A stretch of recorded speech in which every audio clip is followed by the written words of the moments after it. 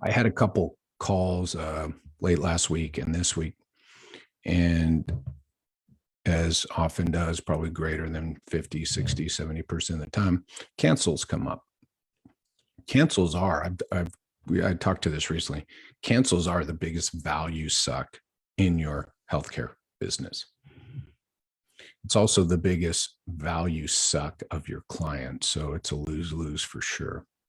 And cancels, like everything else, is a little more complex than we typically think it is. And how do I know this?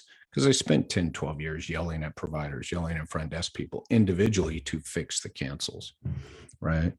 And then it was, if you've listened to my podcast, you've heard this story of how I came about to find out really the impact of understanding your patient life cycle and leveraging all the team members.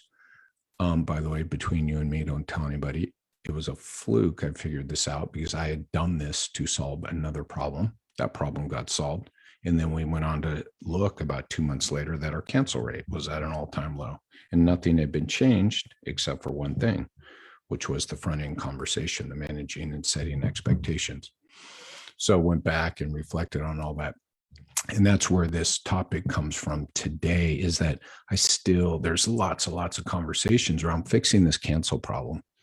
And, was in a conversation this week with a provider and their head of their front desk team, right? And the front desk team is talking about what they can do. The provider is talking about what they can do, yet they're not quite coordinating the work, right?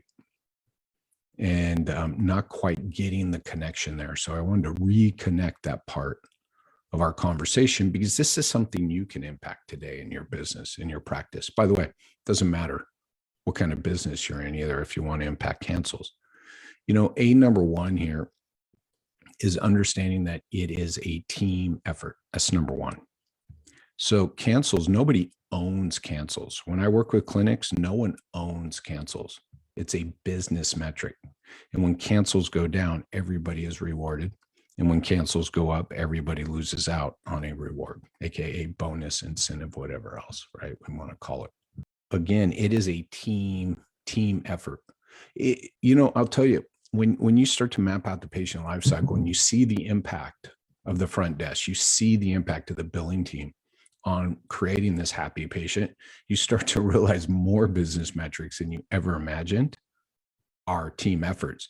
And I actually had a harder time, right? I had assigned cancels to one group of people. I had assigned some of the billing stuff just to billing. Well, right?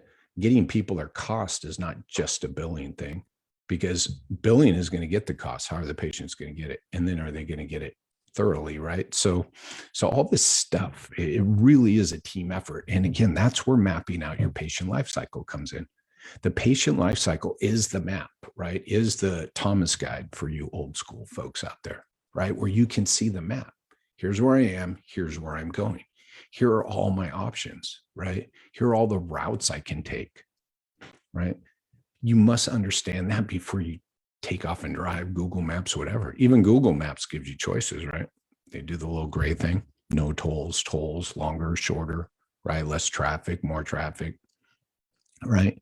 And still, again, the key is knowing where am I starting and where am I going? Well, patient success is where I'm going. And where am I going? Serving as many people in my community that I can benefit with my service. That's where I'm headed. So if I get that patient life cycle mapped out, I start to go, by the way, marketing plays a role in cancels. Marketing is phase one, the attraction phase of your patient life cycle, phase one, right? That's where your expertise is built. That's where the foundation is set, right? For arrive and pay. And the more closely your marketing and sales team work together, then the better verbiage and terminology you can get into the marketing side. So you don't get more new patients calling, you get more people who are the right fit for your practice calling. That's that is just ginormous, right? All these marketing people out running around. I'm like, we don't need more new patients. We need people calling who will arrive, pay, and stay. Let's find those people. How do we find them? Talk to sales. Survey the current happy paying customers. So again, right, this value of the patient life cycle And then understanding the overlay, the flow of the business into that patient life cycle, marketing, sales, retention, right? Then we can start to step back and go, how do we fix our cancel problem? Because it is a team effort. Marketing plays a role. I believe sales, your front desk team members play the biggest role. And I'll tell you why they play the biggest role. It has nothing to do with the value of the providers. It has everything to do with downstream expectations being managed and set. This is really, really important. The longer we wait to set and manage an expectation, the more likely the biggest bite out of trust is going to happen. If we haven't really built a lot of trust, if we haven't managed and set expectations, and someone arrives and sees their provider and is paying $150, is paying $50.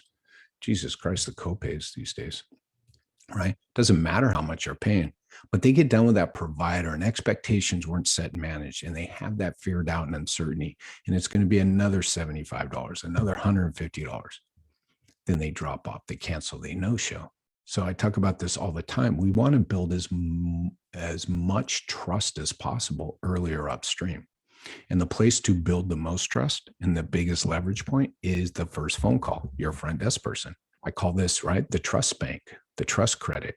You want to be building trust. It's the trust trajectory to arrival.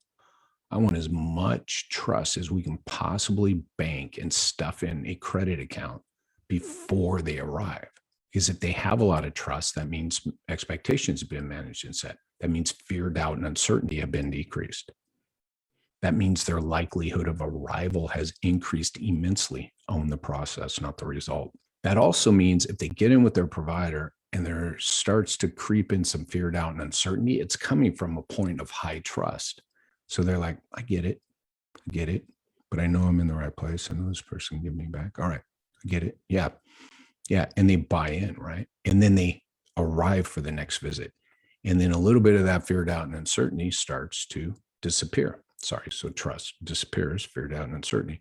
So trust begins to increase again because they know that this person now, this expert that was sold when on the first phone call, is the expert they were expecting to see. They know this expert is the one who has shown them the path back to achieving goal A and goal B that they shared with on the first phone call, and that the expert addressed during the evaluation and built the plan of care around. And the expert has shown them what this journey looks like, plan of care on a piece of paper, visually, literally shown them. And then, right, they know their cost. And then the expert provider ends every session by making sure they know why they should come back related to their goals, and starts every session with their goals and their progress or lack thereof. By the way, this is a big thing for cancels, right? Well, this whole thing's for cancels, right? And then the expert makes sure when they arrive, they know why they're there and they're rechecking in on progress or lack thereof. That whole journey is what decreases drop-offs, decreases cancels, decreases no-shows, AKA increases arrivals. So if you run this back to when I started talking about the front end, right, the salesperson, the trust trajectory, that's how you solve a cancel problem. You manage and set expectations further upstream. Again, it's going to happen during the marketing, but not with the leverage and the impact of the sales, of actually hearing it and being told it's for you. You go to the website, you see yourself. Cool. Social proof, not individual proof, by the way, people. We need social proof. Everybody's talking about social proof. I'm like, cool. How many times have you looked at something and goes, that's awesome. I bet that's really good for a lot of people. I wonder if it's right for me. Now we need the individual proof. That's where your sales team comes in. We need to know there's an expert for me. We need to know what I'm getting. We need to know the cost. This is where the sales team comes in. And we manage and set all those expectations during that first step. And now magically your cancel rate goes down. By the way, I rarely, right? You guys have heard my story, right? When my cancel rate dropped in half, we did nothing, zero zilch with my providers. Everything was at the front end.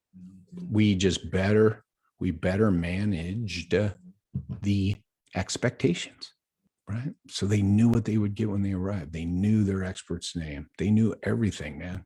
And our cancel rate dropped in half. Zero to do with the providers. So my point here is the providers were pretty much, I'm going to argue, doing most all that they should have been doing already. So to go to the providers and tell them you're fucking up cancels, get the cancel rate down is totally unfair. To go to the front desk team and tell them to manage the cancel calls differently is totally fucked up and unfair. Right? You guys have heard this, right? Jerry, we need your help with cancels. I'm like, cool. You need my help with the cancel call, or you want to prevent the cancel? Because the worst time to prevent a cancel, everybody here, every fucking Facebook group is trying to solve cancels at the time of the call. You're never going to solve a cancel at the time of the call. The time to solve the cancel is on the first phone call. That's why I advocate, and it's in my YouTube videos, right? It's here. That's why I advocate for no cancel fee. Put it back on the person. This is all about you. This is your time, your energy, your money. This is about respecting your time, your energy, your money. This is about respecting our time, energy, and money in your journey back to your goals. Boom. No cancel fees. You want to get someone's attention? Tell them there are no cancel fees. You want to be different? I love it. We're different. We have cancel fees. We have this. We have that. I'm like, this is so fucking different. We care. Right? Again, if you believe in the process, if you understand the process and you trust the process and you adhere to the process, then you can increase the likelihood of arrivals, decrease the likelihood of no-shows, of cancels, of drop-offs, if you adhere to the process 100.5%, right?